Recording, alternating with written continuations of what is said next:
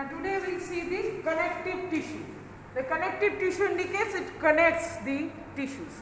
So the connective tissue has got the cells, the fibers, intercellular substance, and there are basic connective tissue. Now let us come with the cells. There are 7 types of connective tissue cells. First is the fibroblast.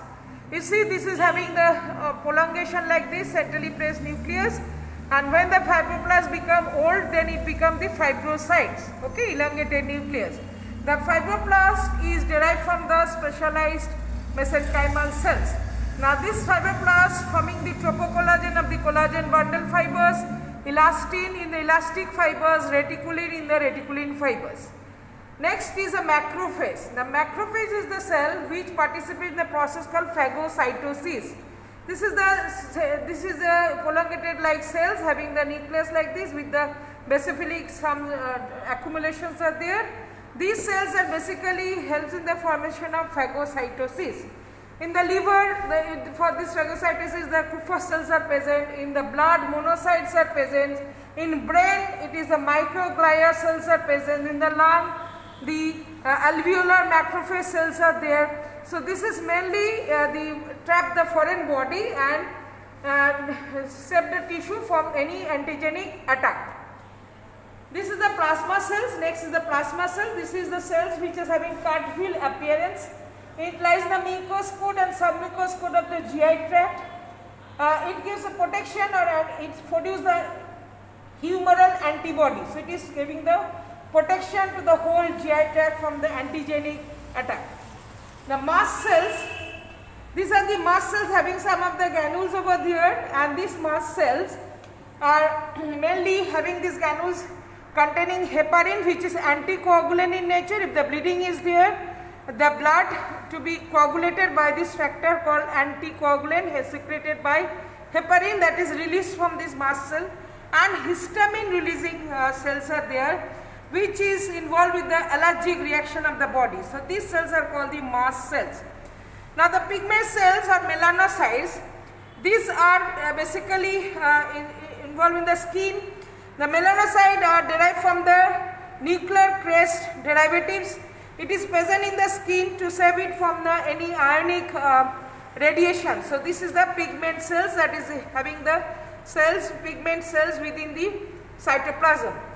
Then there are reticular cells which are within the reticular fibers giving the support to the cell structure. Adipose cells, these are the fat cells, it is hold fully the fat, and there is a significant appearance of the nucleus. When you do the HE staining, the fat is dissolved because of the anti-lipid agent used, and the nucleus remain over there eccentrically placed. This is called signet ring appearance. So these are called the different varieties of the cells belonging to the connective tissue. Now coming to the fibers. Fibers are collagen fibers, elastic fibers and reticulin fibers. The collagen fibers, this is a collagen bundle fibers. There are different types of collagen fiber, type 1, 2, 3, 4. Type 1 is present in the ligament, tendon, fascia, that is a collagen bundle fibers. Gives the shape and support of the structure. And type 2 is a hyaline cartilage that is forming one of the part, the trachea, so it is giving support to the trachea. Type 3 is the reticular fibers in the cardiovascular system, GI tract system or uterus. This is the type 3 collagen bundle fibers are present. And type 4 in the base membrane of the cell, that is your collagen bundle fiber, 4 types are present. Elastic fibers, this is elasticity. There is elasticity in the fibers that is present in the elastic ligaments, the ligamentum flava or vocal cord, which need to have the elasticity for its function. The reticular fibers, this is the reticular fibers I told you, that is in the bone marrow, spleen, liver, which are involved in the lymphatic tissue that involves in the preventive mechanism of the body. So these are called the reticular fibers. Coming to the intercellular substances, there are 3 ground substances, which is glycosaminoglycans, proteoglycans and the glycoprotein. This is basically mucopolysaccharides.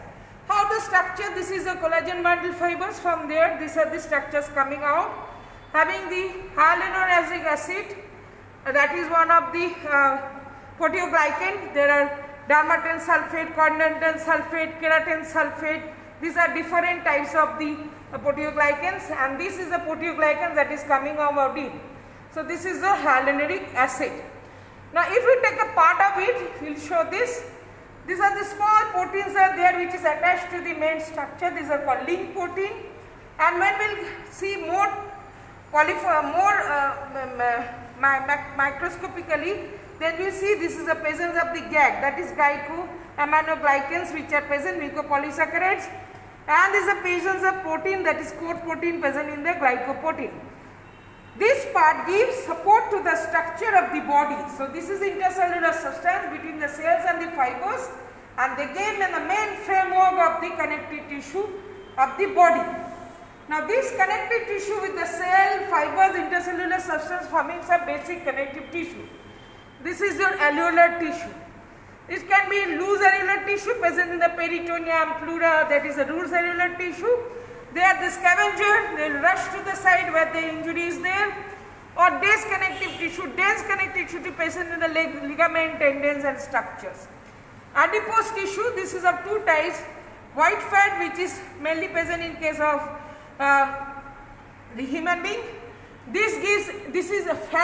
Adipose tissue basically gives us a support to the heat conservation and is a packing material.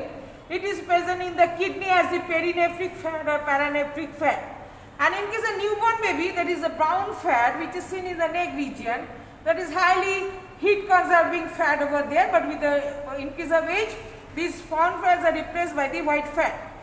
In the body there is a fatty substance which is planiculus adiposus that gives support to the body, that is the adipose cell tissues. This is the white fibrous tissue which is present in the ligaments and the tendons that gives support to the fibrous tissue. Elastic tissue that is present where elasticity is needed, like the vocal cord, ligamentum flabber, ligamentum nuchae, which is basically involved with the elastic function of the body. Then the reticular tissue, I told you, in the bone marrow, in the spleen, liver, these reticular tissues present involving the antibody production. Then specialized type of basic tissue is called mucoid tissue, very important.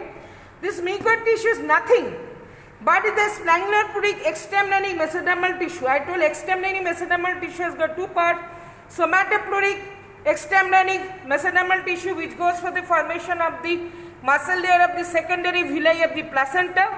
And what happens to the sphingolipid extemporary mesodermal tissue? That is forming the Wharton jelly of the umbilical cord and the vitreous human of the eyeball. This is very important that the original mesenchymal tissue remain with the body as a vitreous humor of the eyeball, gives support to the eyeball, and Wharton jelly of the umbilical cord, and dentin of the white teeth. These are this mucoid tissue which is nothing but sphingolipid extemporary mesodermal tissue. So this is all about the connective tissue structures of the body. Okay.